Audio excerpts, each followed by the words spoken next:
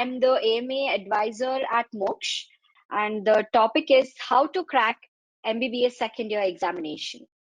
Now, we all know that the new curriculum says that these are the three subjects. I'm sure you guys might be already aware of these subjects since you're writing your exam on these subjects. So we have three subjects in second year, which is pathology, pharmacology, and microbiology, which are also very important subjects in USMLE point of view. Coming to pathology.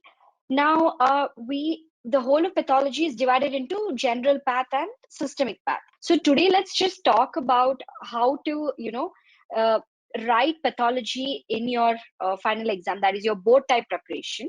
So pathology as a subject is very important because if you learn pathology properly now, trust me, in final year, you're done with 50% of your subjects, because that is how important pathology is. It makes you a great physician in the end of the day.